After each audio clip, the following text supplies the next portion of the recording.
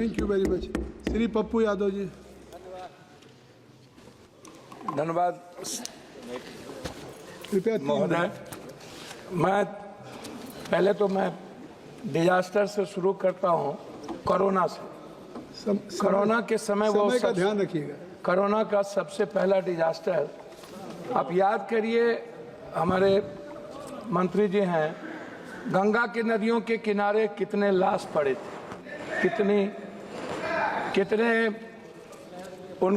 उनकी स्थिति को याद करिए। आप स्टेट प्रॉब्लम को याद कीजिए कि कैसा डिजास्टर था। केंद्र ने स्टेट के हाथ को बांध दिया था। महाराष्ट्र के मुख्यमंत्री और बंगाल के मुख्यमंत्री ने आपत्ति दर्ज की थी कि आप हमारे पावर को कटल करते हैं।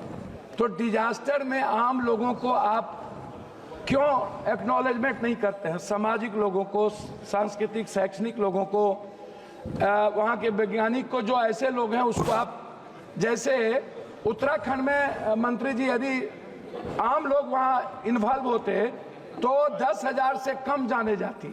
तो मैं चाहता हूँ कि डिजास्टर प्रबंधक को जो कमेटी आप बनाए पंचायत वाइज, जहाँ पर बाढ़ आग से प्रभावित है, उसमें एक कमेटी बनाए जिसमें सामाजिक लोगों का महत्व हो। कोरोना में के प्रभावित 40,000 लोगों को अभी तक केंद्र के द्वारा पैसे मुआवजे नहीं मिले।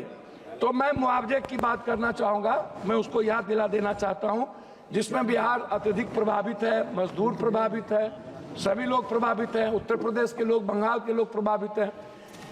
मैं शुरू करता हूँ अटल जी के समय से। मैं उनको याद करता हूँ, अटल जी को, उनकी बहुत बड़ी परियोजना जिन्होंने नदी जोड़ने की बात की थी। मैं नदी जोड़ने से शुरू करता हूँ। बाढ़ का जो संबंध है या डिजास्टर की बात करते हैं तो अटल जी जरूर याद आएंगे। उन्होंने हर नदियों को, कनेक्टिविटी को जोड़ने का जो उन्होंने एक बड़ा निर्णय था उनका, वो देश में एक बहुत बड़ा निर्णय था, लेकिन उस पर हम लोग अभी तक काम नहीं कर पाए। हम किसी नदियों को, चाहे हमारे इलाके में गंडक है, सप्तकोशी जो नेपाल से आता है, बूढ़ी गंडक है, महानंदा है, कमला है, केहर है, कनहर है, सौरा नदी है, गंगा है। जब हम इस नदियों की बात करते हैं तो वो नहीं हो पाता है। दूसरी चीज, अभी आपको याद होगा फरक्का कब बनी थी? 1974 के बाद, बाढ़ के बाद फरक्का, और फरक्का से लेकर के भागलपुर तक, नौगछिया, मनिहारी इलाके में नदियों का जो गाद है आज तक नहीं निकाला गया। नरेंद्र मोदी जी के सामने नीतीश जी, हम लोग भी मीटिंग में थे, इस प्रश्न को उठाए थे कि क्या फरक्का का रिहैबिलिटेशन होगा या नदियों को कैसे हम लोग और मजबूत कर सकते हैं, जिसमें कोसी पर भी थी। भीमनगर बैरेज बनाने की बात थी, उसको हम लोग भीमनगर को रिहैबिलिटेशन नहीं कर पाए। नए भीमनगर की बात हम नहीं कर पाए। आपने दिया है कि एक है भीमनगर, दूसरा है अजयनगर में आप एक नए बैरेज बनाने का आपने प्रपोजल हम लोगों ने दिया था। उस प्रपोजल का क्या हुआ? यदि हम उस बांध और चौड़ाकरण करते हैं, भीमनगर बैरेज बहुत लंबे समय से हो गया और सबसे ज्यादा प्रेशर पड़ता है, क्या कहते हैं आपको, नेपाल का। नेपाल से वार्ता नहीं होना भी एक बड़ा चिंता का विषय है। हम हाई डैम की बात करेंगे, जिसमें आपने 26 तक चिट्ठी लिखी है हमको कि आप 26 तक आप उसका पूरा का पूरा सारी चीज तैयार कर लेंगे, तो हम एक हाई डैम की बात बिहार के लिए, बिहार की आपदा के लिए जो सबसे बड़ा चीज है, हाई डैम भी है, एक बड़ा भीमनगर बैरेज का नवीनीकरण है, दूसरे जगह भी है। नदियों की सफाई की बात है, गाद, जो लगभग 40 सालों से अभी तक इतनी बड़ी सरकार होने के बावजूद भी हम गाद पर कोई काम नहीं कर पाए, हम नदियों को की सफाई नहीं कर पाए। नतीजा है सर, हम बात तो सर 5 मिनट हो गया सर, मैं 2-3 बात महत्वपूर्ण करना चाहूंगा सर, उसको आपके तो सर मेरी राज्य मंत्री आप सर मेरी बात तो करके बात कर सकते। सर मैं महानंदा एक्सप्रेसवे की बात करूंगा, मैं आलमनगर से नौगछिया नवीनीकरण पक्कीकरण की बात करूंगा, मैं कोसी महानंदा एक्सप्रेसवे पर आपका ध्यान दिलाना चाहूंगा, मैं आपका ध्यान जानवर क्षतिपूर्ति पर दिलाना चाहूंगा, घर क्षतिपूर्ति और फसल क्षतिपूर्ति पर।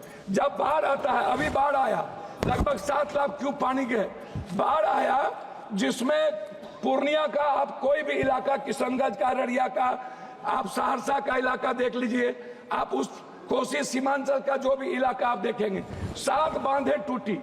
आप गाइड बांध क्यों नहीं बनाते हैं? गाइड बांध यदि बनाएंगे तो बेहतर होगा। सर मैं खत्म, हमको तो समय सर दिया जाए ना, दिया ना हमने 2 मिनट समय दिया जाए। 2 मिनट हो गया, 2 मिनट, 1 मिनट और 2 मिनट सर। 1 मिनट। गाइड बांध का मैं आपसे आग्रह करूंगा। दूसरा, सभी नदियों के जो बांध है, चाहे वो गंगा हो, महानंदा हो, हम चाहते हैं उस बांध का नवीनीकरण, उस बांध का पक्कीकरण।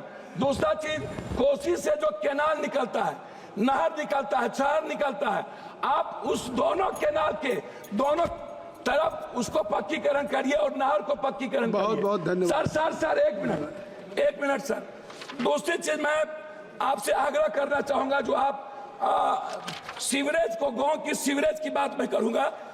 दूसरा अंतिम बात करना चाहता हूं सर, बिहार में सभी नदियों पर, नदियों का लगभग क्या हुआ है कि पुल की बीच नीचे की नदी, हमारे यहाँ सौरा, उसके बगल में बड़ा अपार्टमेंट बना दिया गया, बिना किसी नदी के कानून को तोड़ दिया गया। माफियाओं ने नदी की जमीन बेच दी गई। पूर्णिया की स्थिति यह है, हम चाहेंगे उनकी इंक्वायरी हो। जब पूरे बिहार में जहां पर नदियों की जमीन माफियाओं ने बेच करके बड़ा बड़ा अपार्टमेंट, बड़ा बड़ा मेडिकल हब बना रहे हैं, उस नदियों को आप खाली करें। नदियों के बगल में अपार्टमेंट को आप रोकें, अन्यथा सर लास्ट है सर। श्री अनिल बलूनी, दूसरी अंतिम चीज है, कई बातें आगे सर लास्ट है, आग पर है, आग पर सर लास्ट है सर। एनडीआरएफ की हर जिले में आप, और सीडीआरएफ को, दोनों को, एनडीआरएफ को भी हर जिलों में आप व्यवस्थित करें। आग पर हम लोग कभी बात नहीं करते। श्री अनिल बलूनी जी, आप के बाद बोलिए, जो आप क्या वजह हो गए? श्री अनिल बलूनी जी,